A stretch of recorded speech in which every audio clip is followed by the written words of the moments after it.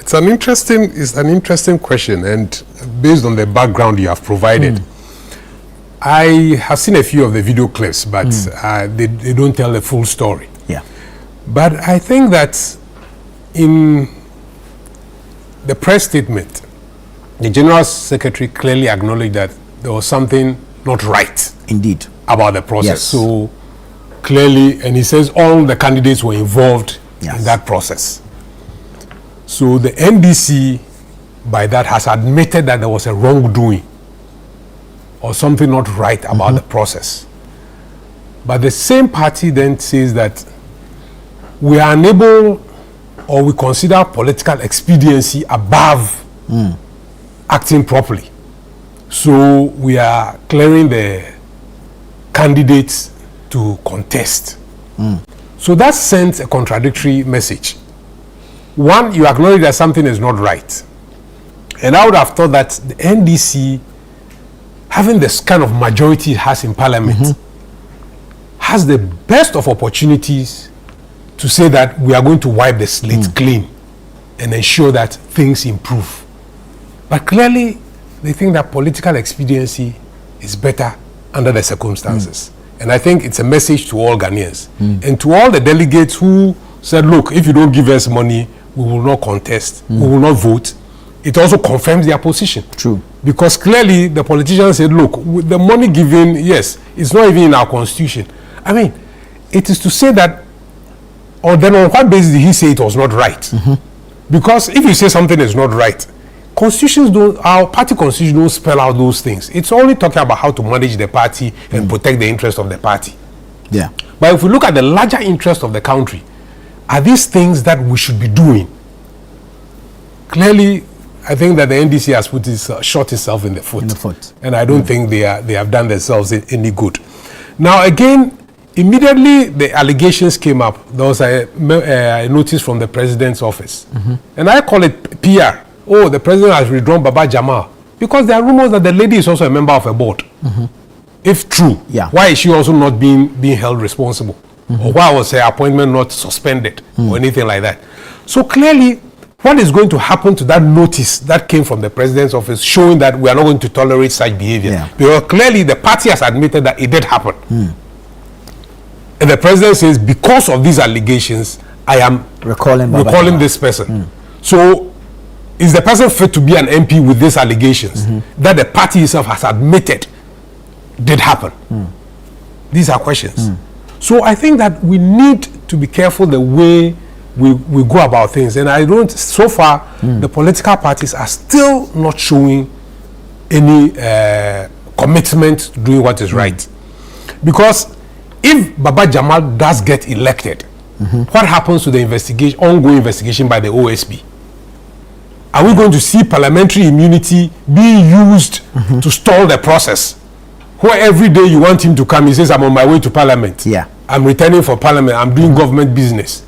These are the things that we need to be minded about. The import of what the NDC has done now doesn't speak well. And I would want to see what the president has to say, because they issued a statement. Well, the president's business is to deal with his appointees. Yes. And then the party's business is to deal with aspirants or candidates. So the president has dealt with his appointee to Nigeria and recalled him. However, you mentioned the rumors about Haji Amina also being on a board. That we have not heard anything towards so far. So, but again, the president is still the leader of the NDC at the moment. Has he not got any influence in the party?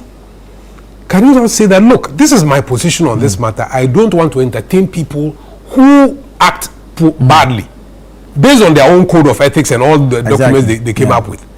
And this person is going to represent the party and my government, for that matter. I don't want this to happen.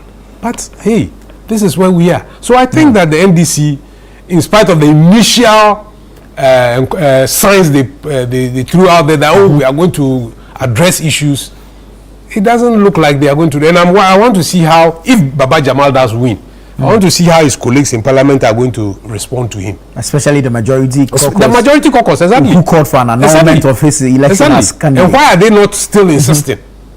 Why are they still not insisting? And for me, these are worrying trends. Because we can't say one thing and act differently. If we mean well, let us pursue that. And I say again that the NDC with its majority had the best of opportunities. There are ways to go around this thing. Yeah. You can decide, look, it's been annulled. You can find, I don't believe that the NDC cannot find other candidates. I don't believe it can do that. Worst case scenario, you can encourage somebody and support somebody to stand as independent if time is an issue. Yeah. So I don't think that they have done well for themselves. And the reset that they promised us doesn't look like it.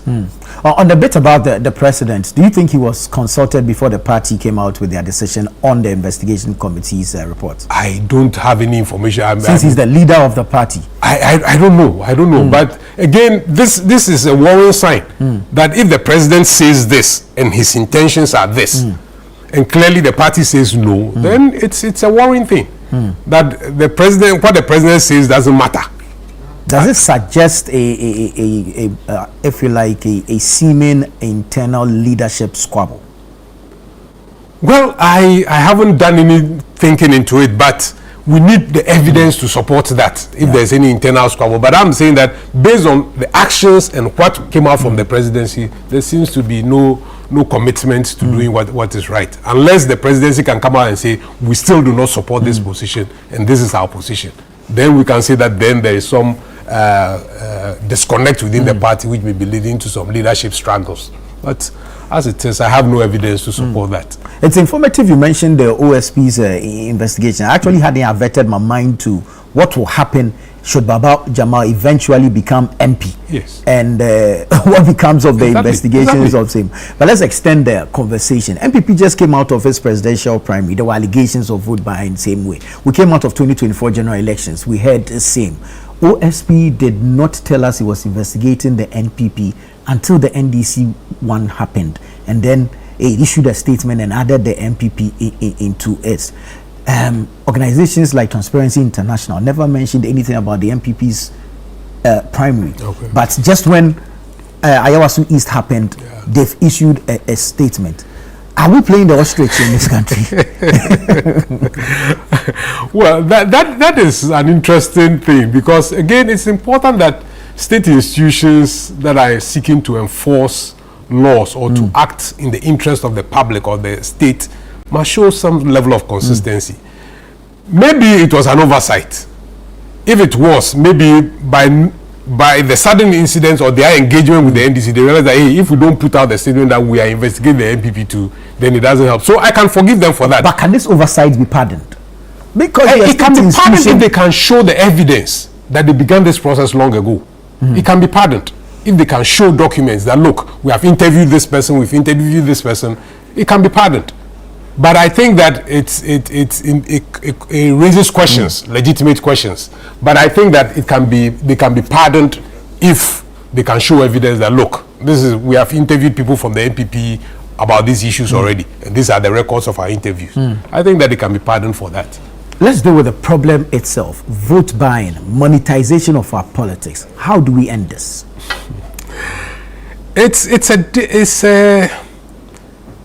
For me, it begins with those who offer themselves to serve. If you offer yourself to serve truly, then it should not be a do or die issue, where if I don't win, then I've lost everything. Because that desperation compels you then to act in improper ways. But you see clearly that people are desperate to serve. So the voters are asking themselves, why are people so desperate to serve? Yeah. If people are so desperate to serve and they are willing to offer things, then why shouldn't I take it? So I think that it begins first with those who offer themselves to serve. They must show integrity in that process. The voters may say, but this is what has been happening all the years. How come you are not giving? Or how come this time none of you is giving? In that circumstances, they are still compelled to make a choice. Yeah. But if we go in there with the mindset that we must win, then it raises questions about the purpose for which we want to serve in itself. And for me, the voters are only capitalizing on it. Again, the history in the Fourth Republic has shown them clearly that politicians continuously benefit from being in office. I mean, if we look at the history of our Fourth Republic, people, that is why there's a scramble for political office all the time. Because people then see that, oh, I mean, people are willing to offer motorbikes. People are willing to pay so much. So the delegates see this as a way of also getting their bid before the people go into office. Because once the people go into office, they don't pay calls anymore. They don't respond to them. So the delegates are also beginning to see that this is what happens. And they are responding accordingly. So I think it begins with those who offer themselves for office. Now, people have also said, let's look at the system, the delegate system, and allow any card-bearing member expand the delegates base. I say that for me, that doesn't solve the problem if we don't deal with the people offering themselves for office. Because it simply means that the one with the larger purse will get more influence, has an advantage over those who have a lower purse. So for me, that doesn't solve the problem. We need to deal with those offering themselves for office. How we control them, because they are smaller, we can control them. A party can control 5-10 people contesting for to become aspiring MPs. We can control those.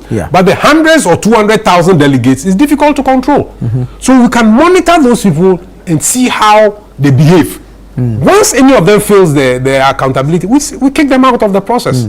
So for me, it begins with controlling those people who offer themselves for office. What is their declared income? Where are they getting funding from? Or how do we control even the process? For me, internally with the party, I think that the parties have better control. Where the people don't need to go out and raise any funds. You simply say that this is a constituency election. These are the delegates. We will offer 5 platforms for you to campaign. End of story. If we see you giving anything or hear of anything we investigate and find it, you are out. So internal structures to deal with it. Is what should deal with it. But this idea that we are going to expand the delegates base alone will not solve it. We have 5-10 people contesting for a position. It is easier to control those 10 people or 5 people than to try and deal with 200,000 people. No. So let's look at that properly. And say that these people who are contesting are supposed to declare assets, or we know their income base. We know who are supporting them, maybe even financially. Or we as a party can decide that there should be no financial from the candidates themselves. The party will provide a platform. But does the party have the money to do that? The parties have, because if we are supposed to be paying dues, and the NDC has 200,000 people or so, how many people voted at the constituency level? This one had about 1,300. 1,300. Assuming each of these people was paying even 1 CD every month, can the NDC not sponsor candidates, platforms? Simply create a platform for them to sell their message. Why they think they are the best candidates to be MP? I mean, I don't think that can the candidates be given a quota that if you are going to contest, pay this amount to the party will use same to organize the. That is also another option. But I don't think that the parties can say they don't have money. I think that, you see, unless our party members are not paying dues, which is one of the widespread issues, people are not paying dues. So if people are paying dues and the NDC has over 1 million people, the MPP has over 1 million people, then there's no way the party can say they cannot fund things like platforms for the candidates to campaign. For constituency elections. It is not possible. So I think that the parties themselves must show interest in addressing these problems within the party. But they are clearly not interested, because you hear presidential candidates saying that it is about sharing the spoils of war. When you hear presidential aspirants talking about sharing the spoils of war, it must tell us that we're in a very bad state. Promising heaven on earth. Exactly. So it means that once we win power, we share the wealth of Ghana among ourselves. I mean, that is not right. When people say that when I win every constituency, I appoint 10 people. I mean, where is this coming from? I mean, it brings me to the fact that if you look at our public service today, over the last 10 or 15 years, there have been recruitments. How many advertisements for recruitment into public service have we seen in the papers? So our politicians simply come in and pack people into all these offices in the name of creating jobs. So our whole public service has become so inefficient and a waste of the nation's resources, because people are not recruited based on competence. Party affiliations. Party affiliations. So you go to all our state institutions, and it's all about party. So all our state institutions are virtually collapsing because it's filled with party loyals. So everybody is fighting the other within the state institution. So for me, these are things that our politicians might begin to sit down and look and question and say, are we helping the state to promote accountability within this nation? Right. So we've looked at the ways of curbing this particular menace, and we've looked at the voter base, expanding the voter base or the delegate system, which you don't agree to. No, I don't think that's all the problem. We've looked at the internal structures and internal reforms to address this matter. Can we look at the legal regime around campaign financing, or even raising sponsorship to fund campaigns, and say the EC, can we give it more biting powers? Because as it stands now, per the laws, even political parties are supposed to submit their audited accounts to the EC. But I don't think any of them have done that. So for me, every time anything happens, we are quick to say, let's make new laws. The current Political Parties Act gives the EC authority to look into the finances of political parties. It's spelled out there in the Act as to who can fund and all those limits. They are defined in the Political Parties Act. So for me, no political party or the EC has no excuse to say we cannot check the excesses of political parties. We can simply go around and even count the billboards that political parties have put up. And know, because we know how much those billboards cost. And then look at the audited accounts that the political parties have presented to you. That is if they have presented it. Exactly. And begin to query them. Then look, you say you spend so much on campaign, but I have counted billboards. These billboards cost so much. The adverts that you put out in the media, they cost so much. So how can you present these audited accounts to us? And then begin to query even the auditors themselves. Yeah. You see, because we are not interested in building systems of accountability. That is what I see. So even the EC, so that's why I tell you that state institutions all over the country are collapsing. Because even the EC is not interested. Because if the EC was interested, you simply pick up the Political Parties Act and begin to look at all these things in there. Funding, your accounts, have you presented them? If you have presented them, the EC goes around and counts billboards, adverts that you made.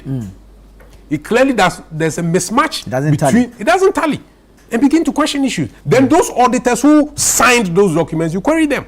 Right. But we are not interested in fighting corruption. So the whole government machinery and everything has been turned into one cycle of corruption over and over. And it's not helping the state. And I think that we need to take an interest in that. Indeed.